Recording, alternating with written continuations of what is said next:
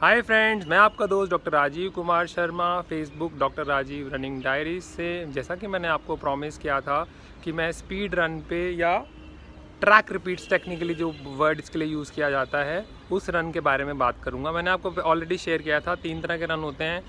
एक होता है लॉन्ग रन, जब आप बहुत लंबा भागते हैं 15 से 25, 30, 35, 50 किलोमीटर तक। एक होता है एरोबिक रन, जो आपने हार्ड जोन के हिसाब से भागते हैं।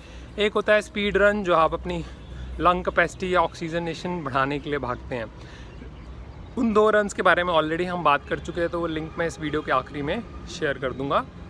आज हम आ जाते हैं स्पीड रन पे या ट्रैक रिपीट्स पे। ये वर्ड मुझे याद करना ही थोड़ा मुश्किल हो जाता है। सो ट्रैक रिपीट्स का मतलब क्या होता है? एक तो ये 5 किलोमीटर से ज़्यादा नहीं भागना, पहला पॉइंट। दूसरा पॉइंट, आपको 90% ऑफ द कैपेसिटी से ज़्यादा नहीं भागना। इसका मतलब मान लीजिए आप 1 किलोमीटर को 5 मिनट में करते हैं या 6 मिनट में करते हैं या 10 मिनट में करते हैं, तो उसमें आप उसकी 90% कैपेसिटी से भागेंगे। मान लीजिए आप 300 सेकंड में 1 किलोमीटर भागते हैं, जो कि लगभग हो गया 5 मिनट, तो आप 5.5 मिनट में 1 किलोमीटर भागेंगे। एक इम्पॉर्टेंट बात। दूसरी इम्पॉर्टेंट बात है, इसका नाम है ट्रैक रिपीट्स। इसका मतलब आप टोटल 5 किलोमीटर भागेंगे। यूजुअली हमारी टेंडेंसी होती है पहले हम जोश में भागते हैं। जब आप कभी मैराथन या हाफ मैराथन में देखेंगे, सारे लोग आगे जा रहे होते हैं, बहुत फास्ट भागते हैं।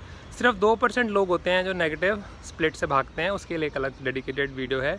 तो बेसिकली मतलब ये है कि आपका जो पहला किलोमीटर है और जो आखिरी किलोमीटर है वो लगभग सेम होना चाहिए, और उसमें हार्डली 3 से 5 सेकेंड का ही डिफरेंस जो है वो एक्सेप्टेबल है।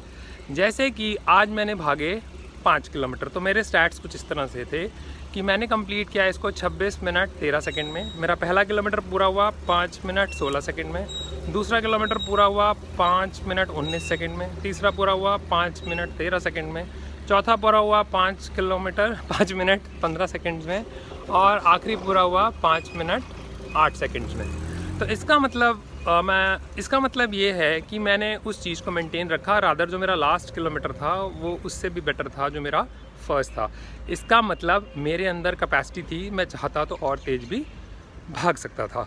तो ये बहुत ही इम्पॉर्टेंट है। और मेरी वॉच ने मुझे दिखाया कि मेरा रिकवरी टाइम है 24 आवर्स। इसका मतलब हम डिस्टर्ब नहीं करेंगे अपने आने वाले शेड्यूल को, क्योंकि अगर हम ज़्यादा ताकत लगा देंगे तो अगले दिन हमें क्रॉस ट्रेनिंग करनी है या रन करना है तो हम वो नहीं कर पाएंगे।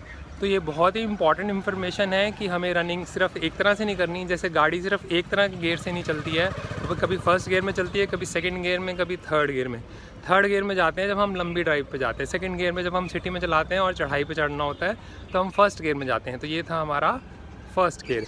आज के लिए दोस्तों इतना ही। अगर आपको इस तरह के वीडियोस पसंद आते हैं तो आप लाइक, शेयर और कमेंट कर सकते हैं, and I will try to answer all the comments down below. और चैनल को सब्सक्राइब कर सकते हैं, और मेरे Facebook page doctor Rajeev running diaries को लाइक कर सकते हैं अगर आप मेरी 3 साल की जर्नी को देखना चाहते हैं कि मैं बिना हाफता हुआ 100 मीटर से यहाँ तक कैसे पहुँचा। तो आज के लिए इतना ही दोस्तों।